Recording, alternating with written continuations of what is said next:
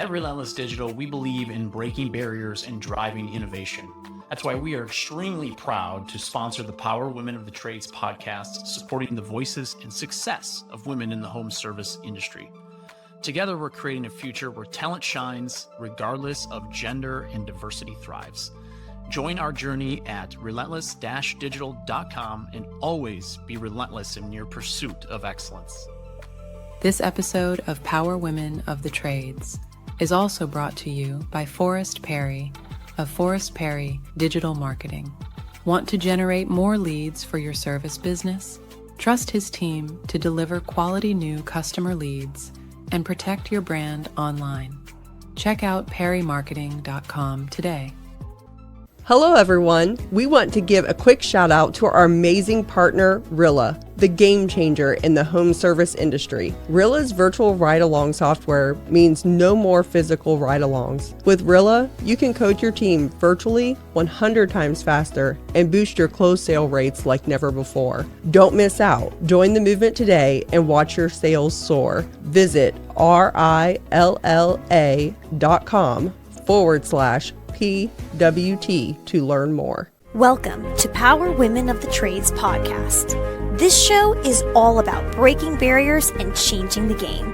Our guests will feature some of today's most successful female entrepreneurs and other advocates of our industry as well. Because if there's one thing we know for sure, female-led entrepreneurship drives change on multiple levels. We want to empower women in the trade industry like you so you can maximize your potential, stay balanced, achieve long-term success, and claim ownership over your life. Let's get started. Hi, welcome back to Power Women of the Trades podcast with Cassie and Heather. Today we have Erica Sullivan with Erica's Plumbing, Air Conditioning, and Restoration in Boca Raton, Florida. So welcome to the show, Erica. Thank you guys for having me. So I was telling Heather, sometimes our guests, how do they end up on the show? Really, sometimes there's lots of avenues of how people end up on the show. But Erica, and I've been following Erica on social media, and recently I've started seeing your social media team is doing a great job. So first of all, is that in-house? Is that you? No, let me tell you the real story. Okay, so we are doing it in-house. It's actually, I'm the one doing it along with Taylor, my administrative manager. But the whole reason we're doing that was because at Super Meeting, we sell your story. And Taylor's like, every time she's listening to you talk, she's looking at me like, I know that person. That person's you. You guys are the same person. I love this. Talking about you and I being so similar. And so we took as lots of notes and everything that we could from that opportunity to have some insight of where you were doing things and everything Gary Vee said. And when we came home, we made that one of our priorities. So yeah, we don't have a marketing team. It's just us being goofy and whatever, and coming up with, random social media stuff or things that we see that we kind of want to do a spin-off on and create ourselves. So we also follow you. So you're an inspiration. We see what you guys do. And I literally swear I did not know that. I am baffled right now. I thank you so much, Kaylee. I know is on the other side of the screen. I can't see her face. I hope you're so proud, Kaylee, of that. That makes me a little emotional. I am too. I was just going to say, Kaylee joined Quality 3 years ago as the marketing director at Quality. And I met her at Super Meeting when we were in Arizona, I think 2022. Pre-Heather working for Quality. Now I work for Quality. I worked for Sky Heating prior to that, also a Nexstar company at the time. But Kaylee, I just fell in love with her from the day that I met her. And then just now that I've been a part of Quality and got to see all the fun TikTok stuff that she does, I absolutely love it. As soon as I found that out, I was actually in Oklahoma and she was watching our TikToks and she was like, these are so funny. And I was like, Heather, where have you been? But it really is like I said, I had no clue that Erica, that you guys had gotten that from that. And that really inspires me. And I'm thankful that, sometimes you think you're just like someone out there chirping. And I love that, what we're sharing is helpful and helping you. And like I said, I have noticed I must have been friends with you for a while, or maybe I wasn't, but it went from, I just noticed you on social media and I was like, how come I haven't sent sent her a message to be on the podcast yet. And I sent it to you. And now to know that, yeah, your social media has like changed since Super Meeting. What was that? September, October-ish. Yeah. That's working, girl, because I saw it. And again, like I said, I was like, who is this girl? Like, where are you? So, yeah. So that day that you were speaking and, we're sitting in the audience, it was impactful. And I aspire to your growth and, I can relate to where you came from growing your business. And I want to get to the growth that you've hit in your career so far. And so I need to do the things you have done. And just that little bit of information that you provided, we made sure that was what we did as soon as we got back. So I hadn't posted on social. I kind of removed myself and my personal life from social media for the last couple of years. Mm-hmm. And we made it an effort we can't, like Gary Vee said, you need to do 5 to 7 posts on 6 to however many platforms. And I'm like, I can't do that. I'll just be doing social media all day, every day. And so we do at least one a day. And I share it on 5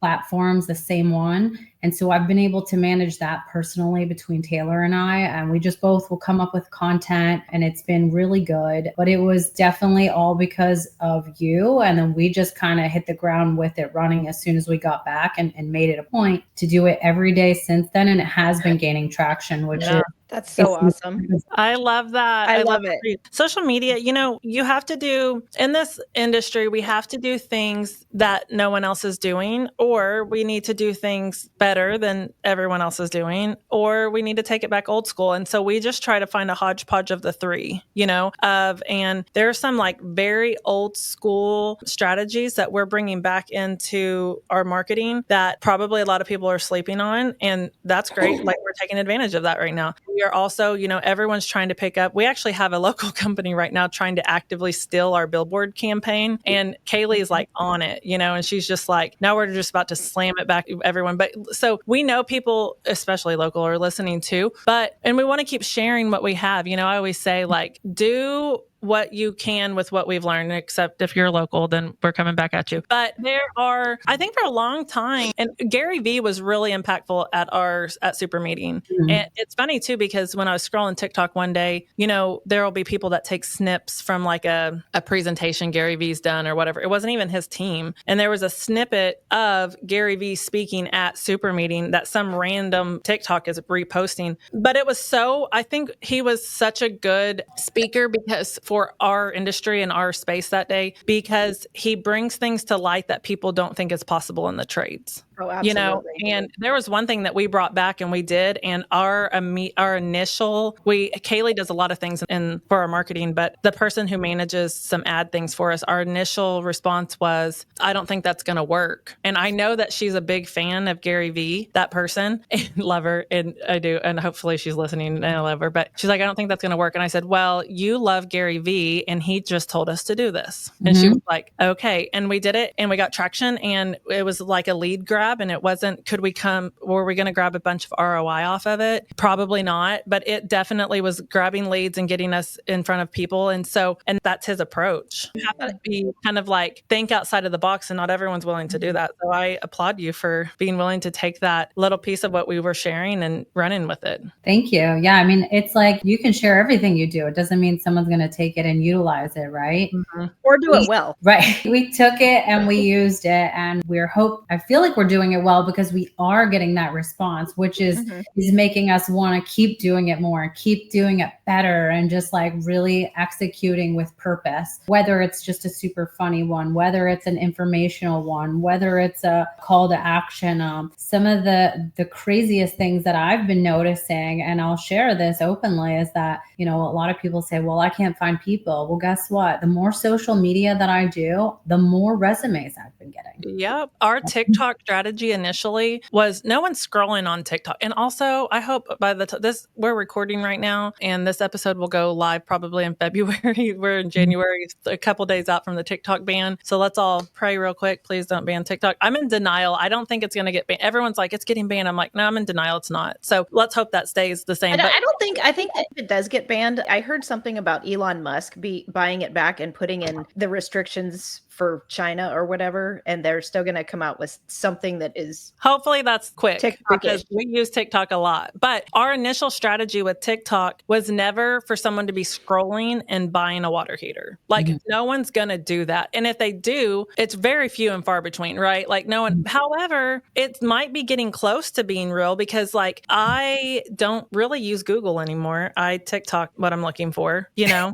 and it's truthfully Cheesecake Factory. I wanted to see pictures. We were at Cheesecake Factory. We took our team in December. We did a competition and we split the entire company into 3 teams and a director was over the team and everything that they sold or did or customer reviews got points. And then the winning team, we all went to Cheesecake Factory yesterday and it was so fun. We're going to do that again in February, but we were at Cheesecake Factory and have you ever been to a Cheesecake Factory? They give you this menu and there's like 972 There's different a million things. Yeah. And then the dessert, yes. And the desserts, it's time to pick the cheesecake. And I'm like, I need pictures. And I didn't go to cheesecakefactory.com. I went to TikTok for viral cheesecakes at Cheesecake Factory or whatever. And that's what Kaylee and I both got was the viral cheesecake. It's the celebration cake. And it was really good, by the way. But I use everything for TikTok because I want to video. You might be onto something though. Maybe somebody's going to start using TikTok as Google. No, they already are, Heather. That's what I'm saying is they already are. I mean, but for like water heaters and things like that. Yeah, not as much as, and it's definitely generational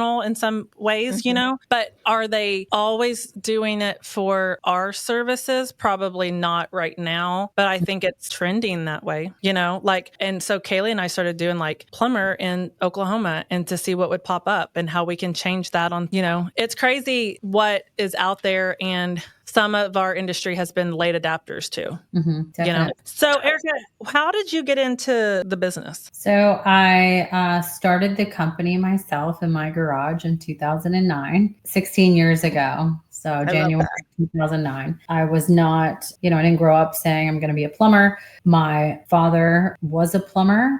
So maybe it's in my genes, but I never really, that was not what I was going to do. So I went to school for something totally different, worked for a little while, was going back to school for business, ended up dropping out of business school because I did really well with marketing. And then I started a marketing company with a friend for about a year. It went pretty well, but then things started to drop off. And I was dating a plumber at the time and just like everything just clicked. I'm like, I love owning a business. I realized that's definitely for me. And I looked at plumbing differently at that point. And I was like, this could be a great business. And so I went and got my license and started my company in 2009 in my garage. Can you actually respectfully ask this question, go in the field and plumb? Yes.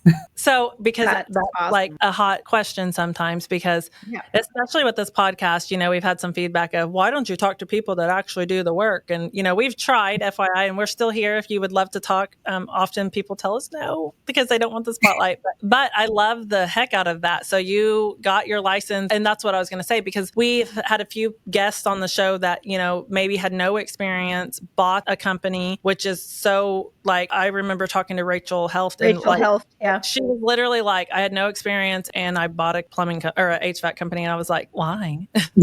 She was a great interview. She doesn't work in the field. Right. And so, and I've never worked a day in the field. I'm going to get my license and I can now. I have enough hours to, as far as the experience, but I've worked let me back up. I've done some apprentice things for Oscar. Okay. But I'm not ever going to run my own truck, but I know I could test and become a journeyman and all of that. But I don't aspire to do that in the field, if that makes sense. So I love that you did that. And is that how it started? Like you the plumber at first? It is how it started. So I went through all of the challenges for the first 6 months until I hired my first employee, which was male.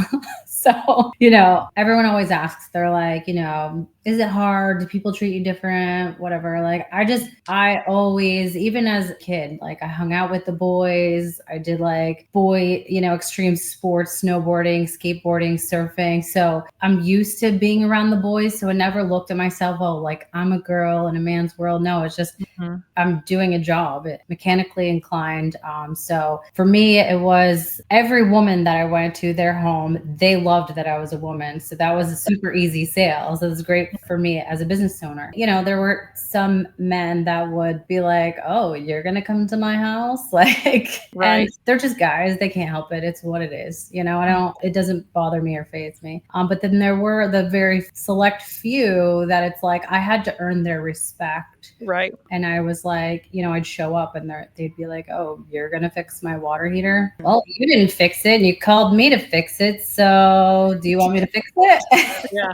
Right. And then after that, that's when I earned their respect for life. And I still have some of those customers that I was able to gain their respect, and, you know, they're lifers now, you know? So Love that it was awesome. You know, I love working in the field with guys. They're, you know, they're pretty easygoing. They're always joking and having fun. I don't know, it's a smelly job, but it's not that bad of a job. Right. Most businesses' online presence is boring. And by being boring, they're losing out on potential sales and customers. Being interesting and exciting is what draws customers in and gets them to buy from you. But it's hard to be interesting online when you're focused on running your business and taking care of your customers. It doesn't have to be this way. We have the key to unlocking the solution to your problem. Kee Hart Marketing can help take your business from boring to brilliant on social media. We can vouch for them. They run our podcast socials. If you want to have a strong social media presence that allows customers to know, like, and trust you, connect with Kee Hart Marketing at keehartmarketing.com. I love the women who have the tenacity to actually pioneer a trade path like that for other women in our industry. I know when I started in this industry back in the late 90s, I got told so many times for the first 10 years of my career that I would never really make any sort of impact in this space. And so just having the tenacity to push forward and say, you know, just like you said, Erica, you're doing a job. Yeah. Right. So as you've grown through the years, do you have any other female employees that work in the field now? Or sometimes that's hard, you know, like right now we have 2 HVAC technicians that are women and they're great. And it's helped, I think, showing who we are. And like you said, on social media, your resumes are going to start growing because they can see that and that's kind of circling back to that. Like that's what our focus on TikTok was, showing who we are as a company, our employee, to generate applications and things. And it definitely worked that way. But I've noticed that having female leadership and showing that we have female employees has actually increased our applications and people applying in all minorities. Interesting. Yeah, 100%. So a few things. So I have tried to hire, I specifically put out ads looking for women apprentices, anything, or even if you were thinking about joining the trade, come apply. And I was, you know, unfortunately, had very limited response. Even to this day, I just don't know if there's a lot of female HVAC and plumbing women in South Florida. I know, you know, a few of my Nexstar members have, a couple of them here or there sprinkled in, but unfortunately at this time I do not. But I'm absolutely always open to it. And I try to become friends with other women on social media that are in the trades so that maybe if they move here, they'll want to come work here. Yeah. And, you know, I think it's just like continually showing who you are and the advocation for it, you know, like through the years of me speaking out and talking, like in next month, I'm speaking to 100 girls, I think, Kaylee, right? 100 girls at a local tech school that are not just like HVAC students, but all of the space. And I'll be presenting to them about getting into HVAC and all of that. And so I think it's, you know, putting yourself in places that I never dreamed that I would be asked to do that, but I was seen because of my personal social media. And so I think that that's one way to show our space to not just women, but the youth that are maybe searching for what they could do for a living. Well, I don't know about there, but we have the same issue here. You know, I speak at the local high schools from time to time about the opportunities in the trades. And so many of them just truly don't know.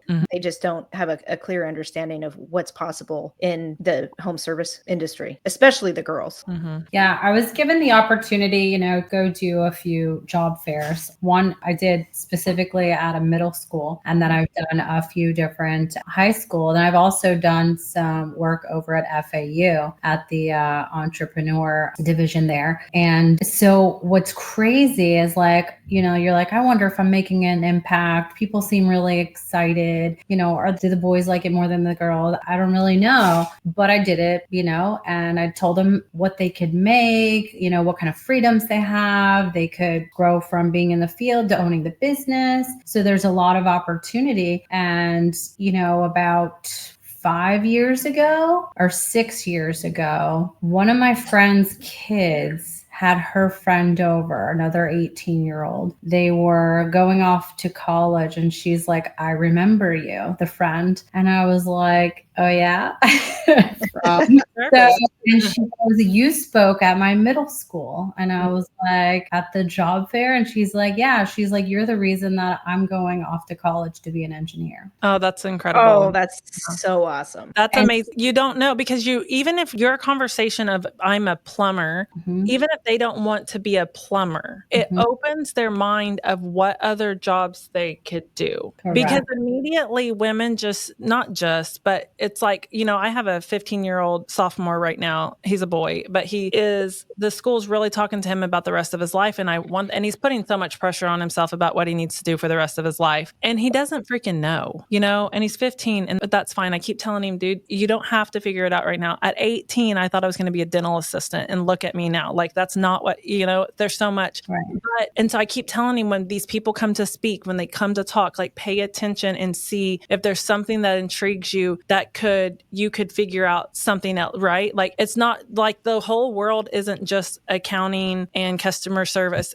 Well, it is, right? It's accounting and customer service and those things, but there are plumbers can be engineers, or it just opens the brain of, it's not just like, okay, well, pick nursing or pick this, to some level. These kids in high school think, okay, it's just these 5 options or these things that I need to do. And that's not this at all. There's so much available out there to do. Right. It was, it impacted me so much hearing that from her. And I was like, wow, was going there asking, talking about it a little, and then letting all the kids ask me questions, and then giving them a bunch of little, trinkets to take home and, tell their parents about our services. And I didn't really know what would ever come of it. I had a couple of the high school applicants later, try to come work for the summer. So I kind of knew, all right, well, we're touching a few kids, but I mean, just like you impacted us at Nexstar, and we're impacting these kids. If a few of them go towards the trades, I mean, we are making an impact. Absolutely. Even if it's small. Yeah, I love that. And I love that. Like, don't stop doing that.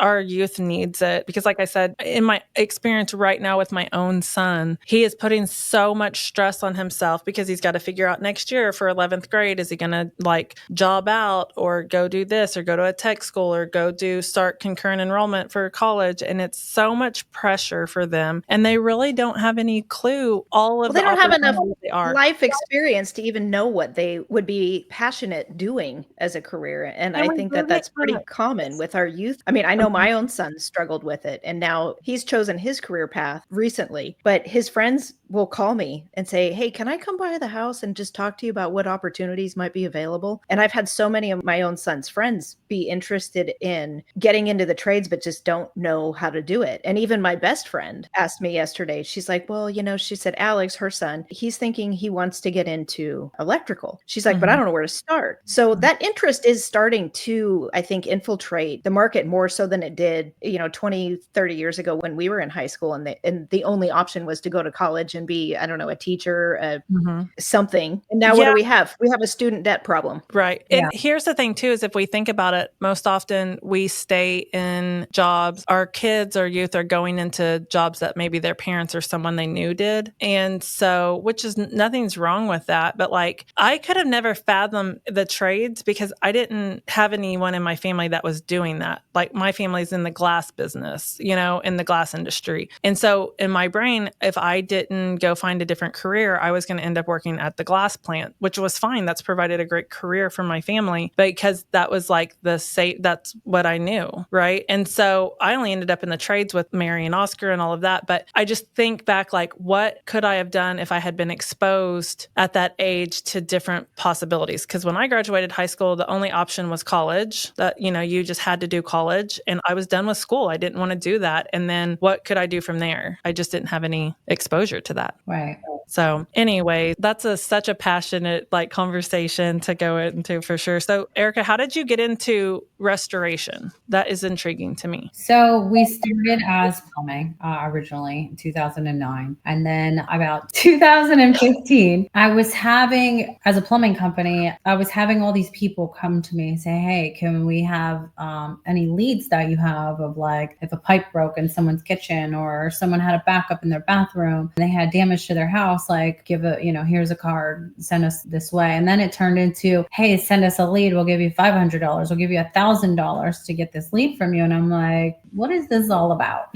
Yeah. I'm an entrepreneur. So I was like, obviously I'm leaving money on the table if they're coming out this hard for our leads, and how difficult is this business? And so I looked into it. And at the same time, I did refer a few of our clients to these people that asked for our leads. And I lost some clients because of that. So these people I referred came in, did a bad job or whatever they did. And my customers were affected negatively. And who did they come and complain to? Me, because I referred them. It's my customer. And so, between me thinking I'm leaving money on the table and my customers being mad at me, I won't have that. So I was like, I'm going to add restoration to what we do. For me, I feel like it is an organic lead generation from plumbing specifically. And, it is profitable. It has its pros and cons as anything, but it's a very profitable business. And I don't have to do any additional marketing. Organically comes from plumbing leads,